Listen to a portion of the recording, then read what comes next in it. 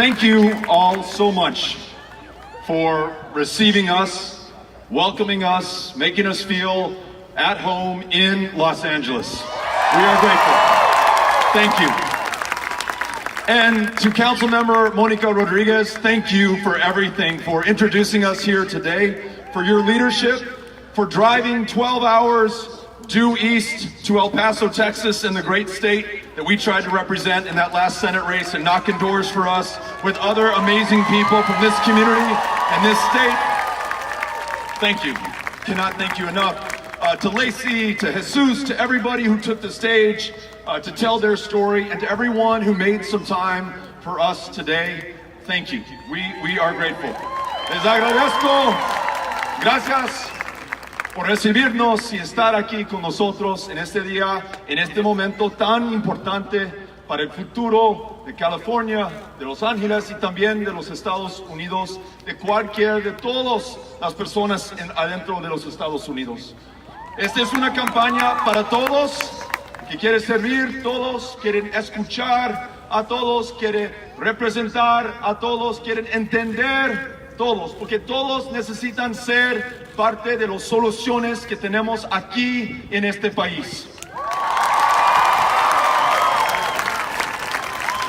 As we were driving over here from the airport, heard some very sad news about yet another shooting in another place of worship here in the United States of America, just outside of San Diego, California, at Chabad of Poway. One dead, many more injured. Just 6 months after the Tree of Life massacre in Pittsburgh, Pennsylvania, at another synagogue. A couple of years after the mosque in Victoria, Texas, was torched and burned to the ground. 4 years after a shooting in Emmanuel AME in Charleston, South Carolina. I know for all of the victims, all those who lost a loved one, all those who lost something of themselves in that shooting and in those shootings, we send our thoughts and our prayers and our wishes. But I hope that I speak for everyone in saying that we will also back that up with our actions to make sure that in this country that sees more than 30,000 gun deaths every year, a rate not seen anywhere else in the world, that we will insist on universal background checks for everyone without loopholes or exceptions. We will also insist and ensure that weapons that were designed and sold to the United States military for the express purpose of killing people as efficiently, as effectively, and as great a number as possible are kept on the battlefields and are no longer sold into our communities, because they will end up in our synagogues, in our churches, in our mosques, in our public places. They will take the lives of those in our lives. But it will require all of us coming together, defying the differences between us. No me importa who you love, to whom you pray, whether you pray at all, where you live, how many generations you can count your family an American, or whether you just got here today. This defining moment of truth for this country calls forth a service and a sacrifice and a unity from every single one of us, putting this country before any personal interests, any divisions that could divide us at this critical, important moment for this country. I saw you do this along with Monica in the state of Texas, a state that too many wrote off as too red within which to compete. We traveled to every one of the 254 counties of Texas, no matter how big, no matter how small, no matter how red, no matter how blue, showing up for everyone, everywhere. Everyone deserving to be listened, to be heard, to be learned from, to be fought for, to be served, to be represented. And we never once had to trim our sails or compromise our values, showed up with the courage of our convictions. Everywhere in Texas, talking about a crisis in maternal mortality, 3 times as deadly for women of color, connected to the fact that Texas has shut down more than a quarter of our family planning clinics, making it difficult for women to get a legal access to an abortion, but also making it hard for them to get a cervical cancer screening, to see a family planning provider, to see a provider of any kind in a state that also has not expanded Medicaid.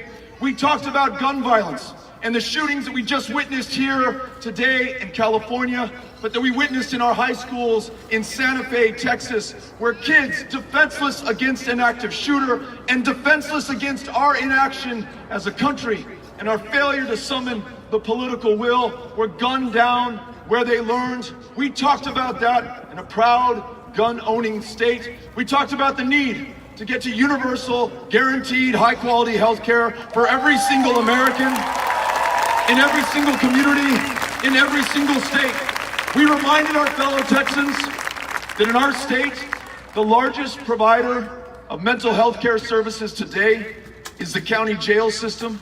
So bad that too many with schizophrenia and bipolar disorder and clinical depression literally getting arrested on purpose to go to the one place that they are guaranteed to see a provider and to temporarily be okay before they are out on the streets. In our great state of Texas, I shared with people our story in El Paso with Ciudad Juarez, the largest binational community in the Western Hemisphere. 3 million from 2 countries, speaking 2 languages, joined, not separated by the Rio Grande River, forming something far greater and more powerful than the sum of their parts or the number of people. El Paso, Texas, one of, if not the safest cities in the United States of America. Not despite the fact that we are a city of immigrants and asylum seekers and refugees, but because we are a city of immigrants and asylum seekers and refugees. Those who chose us came to this country to do better for themselves and for their kids who wouldn't, have also done better for all of us, contributed to our shared success and the greatness of this country. And so not only did we urge our fellow Texans to ensure that never again is another child taken from another parent after traveling 2,000 miles on foot or atop a train known as the Beast or La Bestia. Never again is another child put in a cage, sent to a foster care home while that mom is deported back to her country of origin, the very place from which she fled. Not only must we reunite all of them, but we must rewrite our immigration laws in our own image to reflect communities like this one here in Los Angeles, like El Paso, like this country. And that means freeing every dreamer from any fear of deportation by making them U.S. citizens in this, their true home country.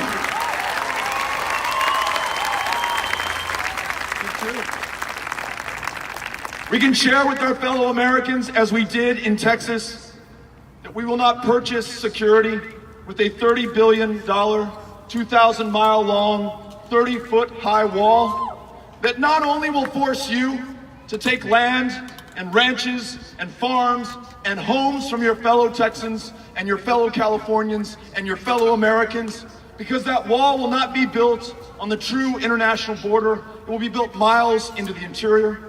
Not only will we not do that, we will not force others who are coming to this country to join family, to flee persecution or death, to cross in the most inhospitable stretches of the border. The walls that we already have produced hundreds, thousands of deaths of our fellow human beings who are not deported, who are not in cages, who are not separated, but are dead, not living the lives they were intended to live. We are going to make sure that we understand that security is purchased not with walls or militarization or cages or cruelty, but by treating our fellow human beings with the dignity and respect that they deserve. Si queremos asegurar nuestras comunidades, necesitamos tratar cada persona con respeto y dignidad. Así vamos a hacerlo. Tenemos el ejemplo aquí en Los Ángeles y también en El Paso, in every single part of the United States that you go to. The very premise of our success and our strength and our safety is that unlike almost every other nation on the face of the planet, We don't define ourselves by race or ethnicity, but by this idea, now 243 years and counting, that we are all created equal, to equal opportunity, to equal outcomes if we will just invest in one another, and that our strength is that people choose us. And if immigration is a problem, it is the best problem that the United States of America could have right now. This is an opportunity for us. And by talking about these issues, in every part of Texas, though we came up a little short, 2.6% for those of you who were counting, and we were. We garnered more votes than any other Democrat in the history of the state of Texas.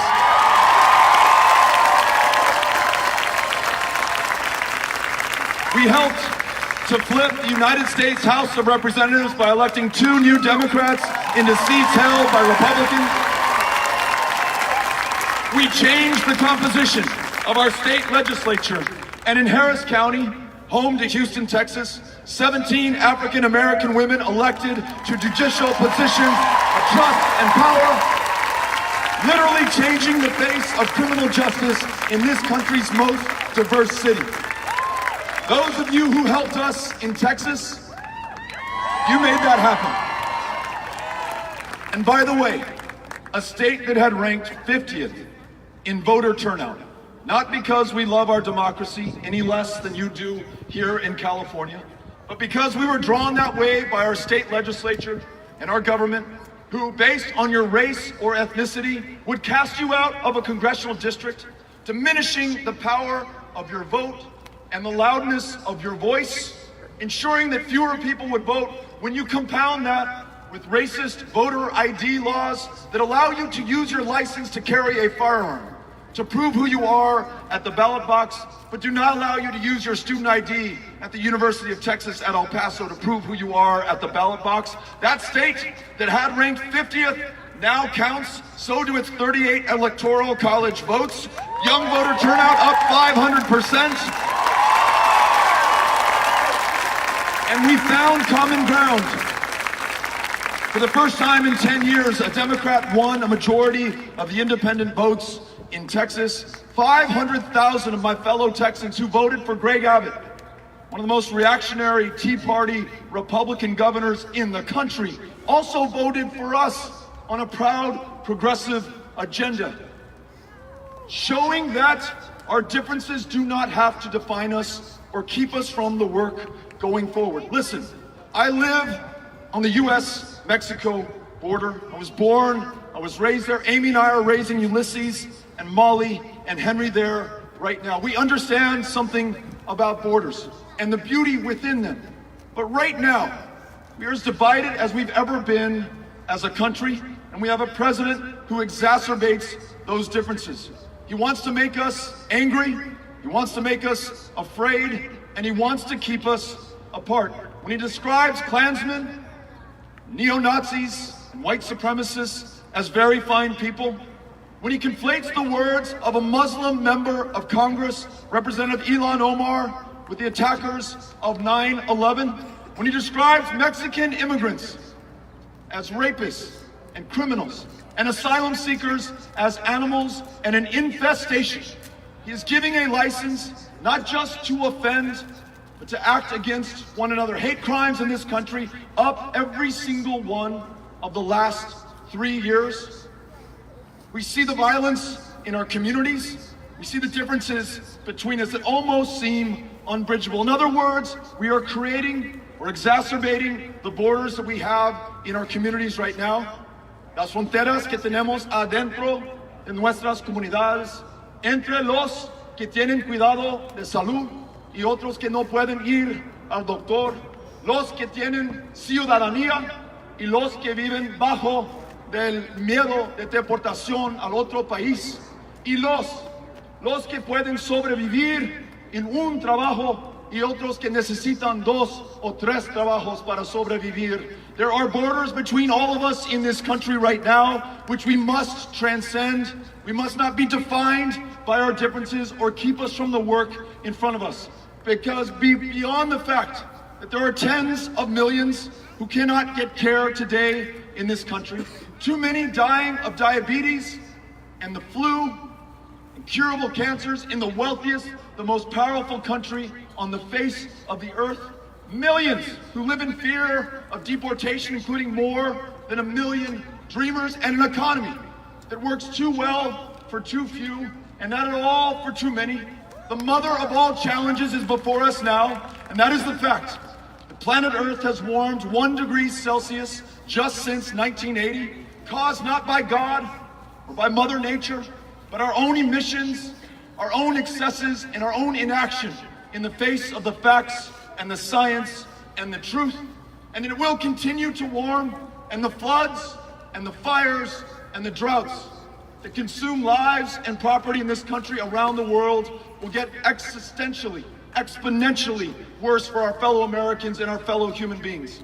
Those scientists who tell us this say that there are still 10 years left to us to get it right, to free ourselves from a dependence on fossil fuels, to transition to renewable energy, to make sure that we bring farmers in to plant cover crops, to pull carbon out of the air, use precision tilling to disturb less of it in the soil, to do everything we can to set the example for the world, and then once again take our rightful role as the indispensable country, convening the other powers of this planet together to do what otherwise is impossible, to keep us warming from another 2 or 3 degrees and ending life as we know it in so many parts of this country and of this world. If we are going to meet these challenges, we cannot do it by half measure. We cannot do it by only half the country. It cannot be Democrats versus Republicans, big cities versus small towns. It's got to be all of us coming together, defined not by those differences or our fears or the smallness of this moment in our national politics, but our ambitions, our aspirations, and the work, the sacrifice, the service, the creativity we will bring to bear in order to get them done. Are you all ready to do this?